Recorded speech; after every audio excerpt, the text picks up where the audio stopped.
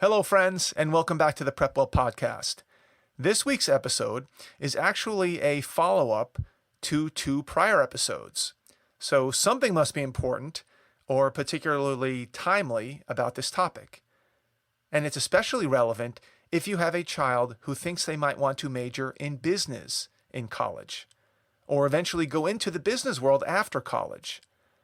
The two prior episodes, which you may remember, are Episode 93, the title which was Plan to Major in Business, ? Be Careful, and Episode 145, which I believe was 2 weeks ago. That was all about the 3 different types of extracurricular activities. And if you haven't listened to either of them yet, you might want to go back and give them a listen as well. You don't have to do them in any particular order. They're all going to complement one another. What I'd like to do today is give you a very tangible, practical example of an activity that would fall under the ongoing extracurricular activity bucket. That is something that you can do on your own time, at low cost, and at your own pace. And I'm not going to claim that what I'm suggesting is easy or that it's a silver bullet that's going to solve all your problems, but it is a concrete example of what your child could do if they were actually motivated to learn about business and differentiate themselves from their peers. So let me paint the picture here. I speak to a lot of students who claim that they're going to choose business as their intended major. The other one I hear all the time is computer science. But for today, I want to focus on business. Maybe I'll do a similar episode on computer science sometime down the road all on its own. When a student tells me that they want to major in business, my first question is, oh, okay, great. What type of business are you interested in? And then there's a long pause. And they don't say anything. And eventually they say something like, I'm not quite sure yet. I guess something business related. And then I say, got it. Well, were you thinking about a particular industry or field or a role that you think you might want to play in the business world? And this is met with another long pause, followed by, I'm still trying to figure that out. I just really want to do something businessy, I guess. Now, at this point, I'm feeling a bit sorry for the student because it doesn't appear that they've put that much thought into this. And I don't want this to feel like a gotcha question. So I try to throw them a lifeline. I try to throw them a bone. And I say something along the lines of, okay, let's try this. Do any of the following business topics, in very broad strokes, strike a chord with you? Real estate, entrepreneurship, finance, accounting, marketing, operations, investing, small business, money management, investment banking, management consulting, manufacturing, management, consumer products. And their response is usually something like, yeah, stuff like that. Now, at this point, it's become clear to me that the student has not put a lot of thought into what it means to be a business major or even what types of business opportunities there are out there. They really have no idea. They know that there are, quote unquote, business people out there who run around in big glass buildings and do stuff. They send emails, they update TPS reports, they have meetings, presumably, and stuff happens, and likely money is made and exchanged. And that's about the extent of their knowledge. And look, I'm having a little bit of fun here and exaggerating a little bit about how clueless most teenagers can be when it comes to what business means in the real world. Most really don't know what they're talking about. Most don't give it much more consideration than what I've suggested here. And of course, this isn't the case for all students, but a lot of them. The good news is that this widespread contagion of cluelessness about business and what it means to study business in college opens up a golden opportunity for students who actually do their homework, who show some curiosity, who make an effort to figure out what business really means to them and how they might attack the subject in college. There are a lot of slow deer out there, and you don't want to be one of them. This also opens up an opportunity for students who don't have stellar grades or 1,500 plus SAT scores. It gives them the chance to separate themselves from their peers who do have those grades and scores. And these days, you need every advantage possible. There are many ways to accumulate knowledge about, quote, business during high school. You can join a business or an investment club. You can start a business or an investment club. You can be part of the 4-H club. You can get a part-time job. You can look for internships or set up shadow sessions. These are traditional ways to slowly educate yourself about the world of business. Okay, fine. We all know about these options. Will any of these activities blow anyone's socks off? Probably not, unless you win some widely recognized national business plan contest or some equivalent award or recognition. But in general, there will be a lot of other students who do these types of business-related activities. And for the students out there who aspire to go to the more competitive colleges, UPenn's Wharton School of Business, USC's Marshall School of Business, for example, these more common activities will likely not move the needle with admissions, especially given the competitiveness of the applicant pool. So today I'd like to offer a suggestion that, in my opinion, would likely raise a few eyebrows in admissions at some of the top schools. Is it going to guarantee that you get in anywhere you apply? Of course not. But it will demonstrate that you are willing to do more than the bare minimum. What if you put on your application that you have an accounting certificate, or even better, multiple accounting certificates that you earned online in your spare time from a reputable college or university? Now, this would be impressive. How many other high school students have accounting certificates? Probably not that many.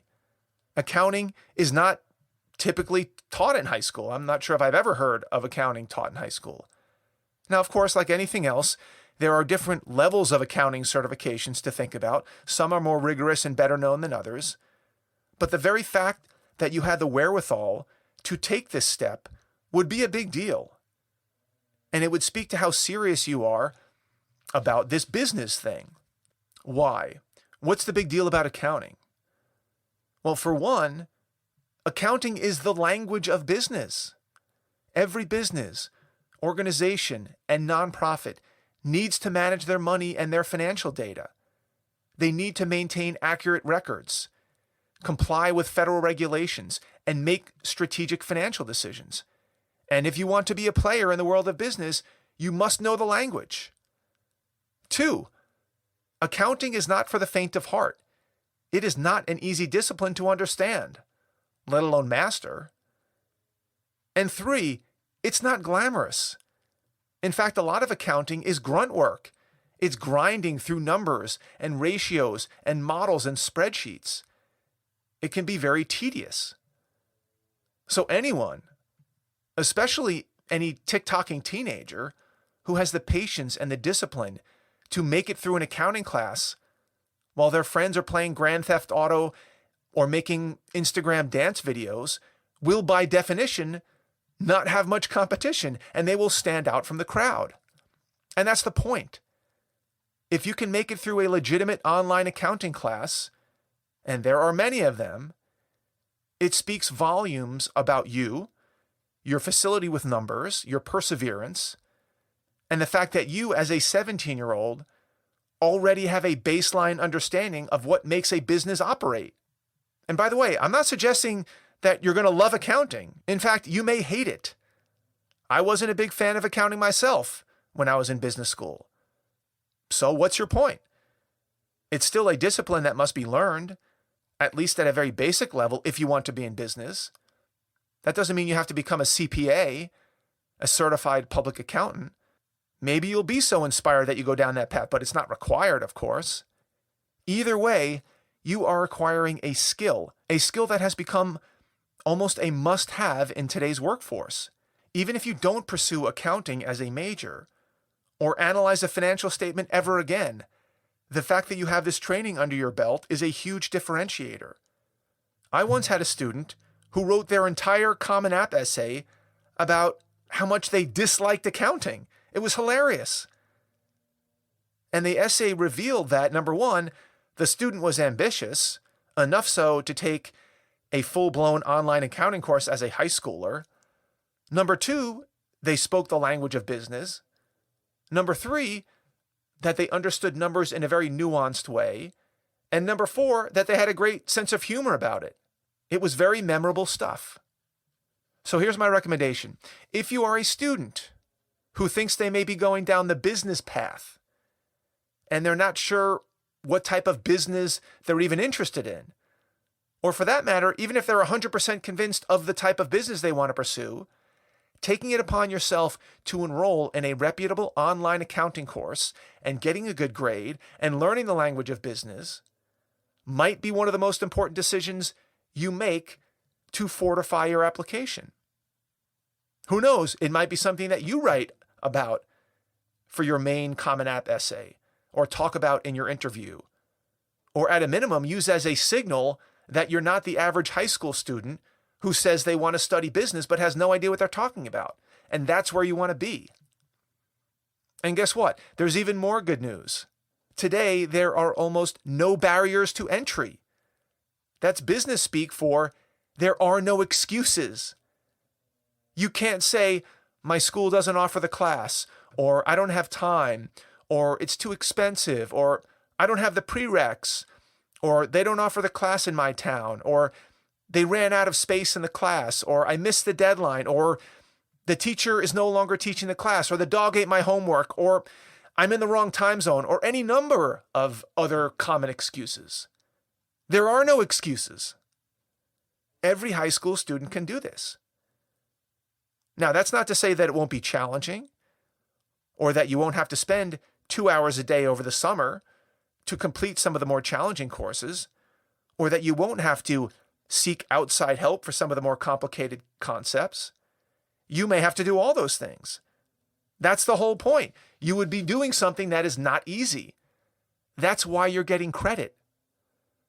Not only because of the optics or how such a class looks on your application, but because if you make it through a class like this, you will have actually learned something.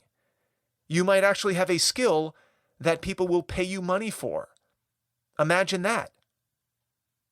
Now compare this to sitting in an after-school business club session that meets once a quarter and has 5 members, and that doesn't really do all that much. Which one is more impressive? Which one will you have learned more? Which one would help you be able to talk about something for 30 minutes in a college interview? And that's the name of the game. I don't have any specific online accounting courses to recommend because there are so many different factors to consider.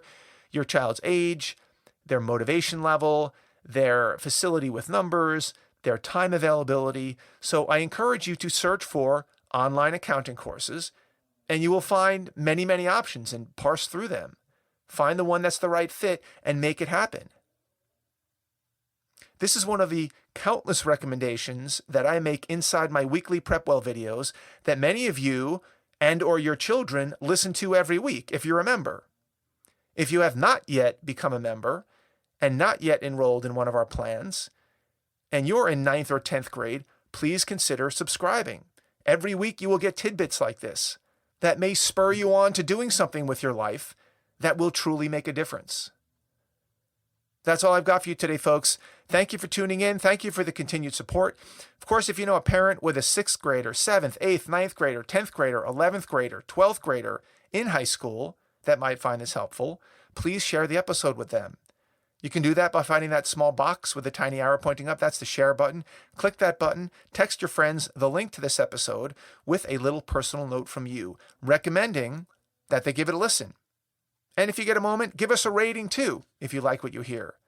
Apparently that helps the podcast reach a much wider audience.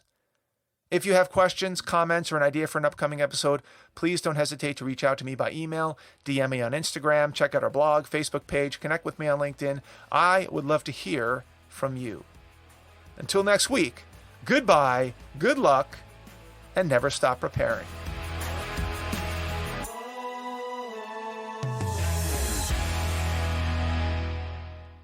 This podcast is brought to you by Prepwell Academy. Prepwell Academy is my one-of-a-kind online mentoring program that delivers to your 9th or 10th grader a short, highly relevant video from me every week, every Sunday in fact, where I give them a heads up about what they should be thinking about to stay ahead of the game. To get these valuable lessons into your child's hands, please head over to prepwellacademy.com and enroll your child today.